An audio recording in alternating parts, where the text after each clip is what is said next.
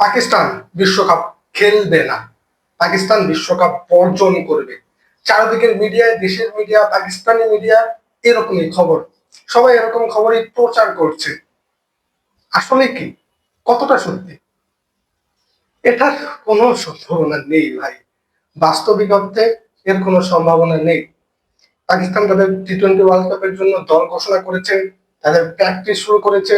শ্রীলঙ্কায় যেখানে খেলা, সেইখানে বিমান টিকিট কেটে ফেলেছে। আচ্ছা, পাকিস্তান বিশ্বকাপ না খেলার একটা কারণ বলেন তো আমাকে। বলবেন বাংলাদেশ বিশ্বকাপ খেলছে না বলে, বাংলাদেশকে অযৌক্তিক ভাবে বাদ দেওয়া হয়েছে বলে পাকিস্তান বিশ্বকাপ বর্জন করবে? আপনি বিশ্বাস করেন বাংলাদেশকে অযৌক্তিক ভাবে বাদ দেওয়া হয়েছে?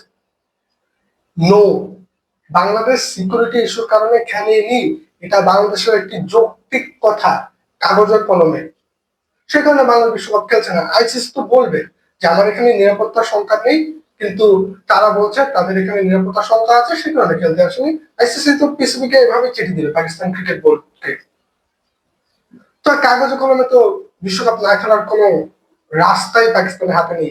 দিন শেষে পাকিস্তান বিশ্বকাপ খেলছে।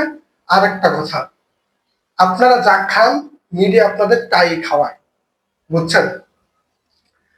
ওই গুজব বাদে মিডিয়ার ভিউ ব্যবসাটা হবে না, গুজব বাদে মিডিয়ার কোনো আয় নেই। মিডিয়ার একমাত্র আয়ের উৎসই গুজব।